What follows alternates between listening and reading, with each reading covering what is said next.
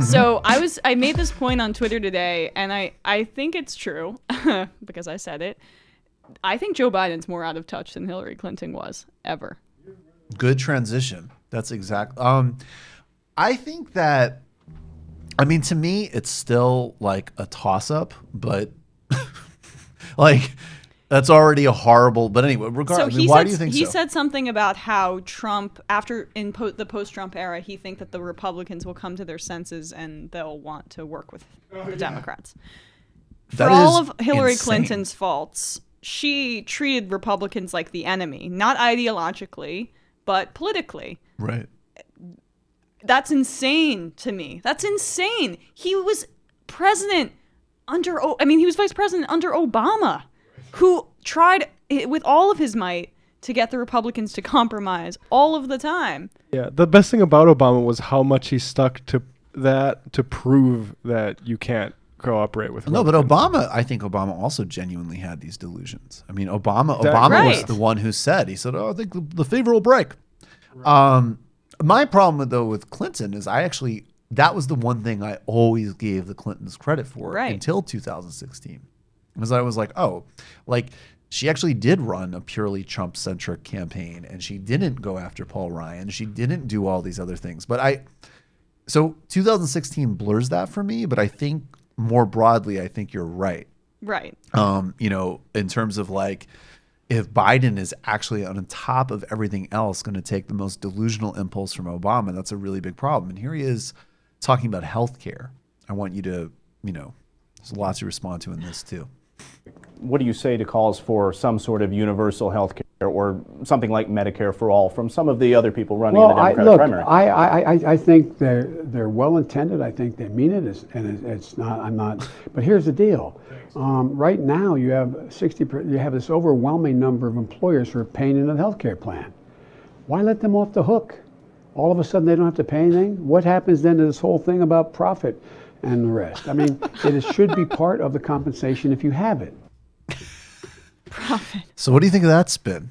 We shouldn't have Medicare for all Because of profit. because there's the whole profit thing, which I literally don't know what he means by Yeah. that. But then there's the idea that like, if your employer who literally terrorizes you with meager health benefits and probably your prime anxiety in life is losing a job because you'll lose your health care benefits. If we just create a universal government system that covers you, then you'll let your employer off the hook. Yeah. They'll have the relaxation of not terrorizing you with healthcare anymore. I don't understand. I literally, help me. I can't. I mean, we're two people that obviously agree ideologically, and I can't. But I'm fathom talking that. not even ideologically. Like, Yeah. can you like pinpoint what he's trying to do there? No, I mean he's trying to do what he's done his entire career, which is compromise with the Republicans, and compromise and try to find some sort of middle ground. I mean, in 1990, he's the kind of Democrat that would have had success. I mean, he's run before and he didn't, but the kind of Democrat who would. And I just think that these answers over and over again are just proving that the only thing propping him up is Obama nostalgia, the size of his ego, the money in his coffers, and his ability to be completely delusional and propped up by the mainstream media. So I find his candidacy like deeply depressing and agitating at the same time, because it's so needless and it's really bringing us back to a point that I genuinely think if he's the nominee that Trump will win a second term. I don't really have a question in my mind about it. Really? Yeah. See, I think he would probably beat Trump for the same reasons that he's kind of just generically steamrolling ahead, which I do think that unfortunately there's a good amount of voters that whole normalcy thing really appeals to them. And that's literally all he's selling. But I mean, But there's so many other normalcy candidates in the race. but not with the prestige, not with the familiarity, Not with Obama. not with Yeah. Obama. Like, I guess I mean, again, I really hate Joe Biden, and there's so many reasons to not like Joe Biden, but I feel like people like us have really underestimated his appeal, and like just in terms of that like super basic stuff. Like he's got some generic like charisma that people like us are not going to find appealing, but I think is like appealing to a certain type of definitely generally older voter. And there's like a sense that, okay, like that's fine. That's somebody you can replace Trump with, so I don't have to think about this stuff anymore. I don't have to engage. Because even if you elect somebody great like Sanders, I think the implicit promise for a lot of people that want to tap out of politics is that they'll still be very engaged, because it's like, well, all of a sudden a good person is going to be trying to do these like transformative things. And I think a fair amount of people don't want. But if you want to tap out of politics, you're probably not voting in the Democratic primary. I mean, I guess it depends. I mean, I think you're right for sure.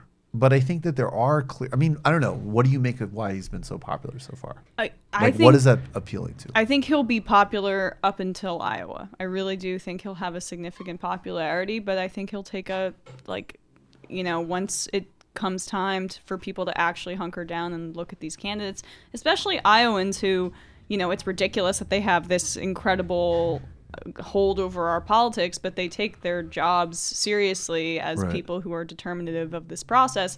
Once you start talking to them, I don't know what vision he is selling except for bland idealism, which someone like, you know, Pete Buttigieg is doing the same thing, or Beto O'Rourke is doing the same thing. There's only two candidates who are doing what Elizabeth Warren and Bernie Sanders are doing. Right. So I think that that puts him at an inherent disadvantage there in that. But again, you know, the name recognition, the return to stability, I could be wrong, but I do think that it's a lot of it's hot air right now. And, you know, we could see. Your lips to Allah's ears. So what, because this is a Muslim show. Right. So what, this is a Sharia show. Funded by Funded Saudi by- Arabia and Qatar. TMBS. That's what we're... Mohammed bin Salman. Sorry. I'm taking money from the Iranians. I'm trying to get funding from Iran. TYT is working. funded by Iran, yeah. That's cool. Yeah, it is cool. It's How do cool you to... negotiate that? I was talking like, of course we're funded by the Irani. We give them nuclear weapons in exchange. Obviously, We made a this is deal. We sarcasm. gave them nuclear weapons. They gave us funding because we're progressive. Yeah. I'd like to do. God damn it. I like to see Cenk doing selfie videos from Tehran. And it's Yeah. just like, hey guys, I'm just about to meet with the supreme leader. Awesome guy. Awesome. Totally awesome guy. Very progressive. He's got a lot of ideas. He's awesome. He's totally idea oriented. What do you think though? The one thing, like if we had like the tip of a spear to be like the one thing that actually undermines Biden, like is it like these, like obviously Warren, like her first main scuffles in public life were going up against him for doing the bidding of the credit card industry to terrorize most Americans on a super basic economic level. Now Sanders and AOC are moving this really important piece of legislation forward. I mean, in Iowa, they actually do tend to think a bit more about foreign policy. It's a big reason Obama beat Hillary was because he Right. opposed the invasion of Iraq. And then there's obviously all of the like, And you know, Bernie did better than expected. and in Bernie, Iowa. yeah, I absolutely. mean, almost won. And right. I mean, so what do you think would be like that thing? Like if our job, and maybe I'll be, you know, even more like, because I don't have the journalistic component that you have, right? Like I'm very clearly an opinion and analysis. Right. I mean, I do both, but it's... No, you do Yeah, both yeah. really well, but Thank you. I can say up front, I want to sink Joe Biden's candidacy, and I will never be, you know, sitting and interview. If I interview Joe Biden, I'll be very polite to the man, but I'm not going to be But giving inside, him, you're thinking, "I want to destroy you." Well, he's never yes. going to agree to an interview with me after I made that, like, clip go viral of him, you know, whatever, talking about Dick Cheney. That's also probably true that you will not get an interview with Joe Biden. No, either. I know. So okay, so how do we sink him? What's the best way to sink him? I mean, if you're talking about foreign policy, his record is abysmal. You can Yes. hit him from every angle. If you care about foreign policy, he voted for the Iraq War. If you care about corporate justice and the fact that we have terrible income inequality, the bankruptcy bill, which he voted for 3 times. Hillary Authored it. He authored it and is proud. And Hillary Yes. Clinton was not on board for the bankruptcy bill and flipped in 2005 to You're join a corporate sellout, Joe. You're a corporate sellout. Right. So we can talk about that. Or if you want to talk about racism in this country, Joe Biden was against school integration in the 1970s. He is someone who is proud of his crime bill, which has decimated black and brown communities with racist drug policy. And over, I just think from every angle, if you get all of these communities that care about policy, and it's not just old white people that want nostalgia and want things to be like the good old days, then you can chip away at his support. The media just has to do its job and actually talk about his record, and I think that's our job. I mean, I think he would be a really, like, maybe the worst choice that we could make. I think Buttigieg would be a terrible choice too. Strom Thurmond's eulogy.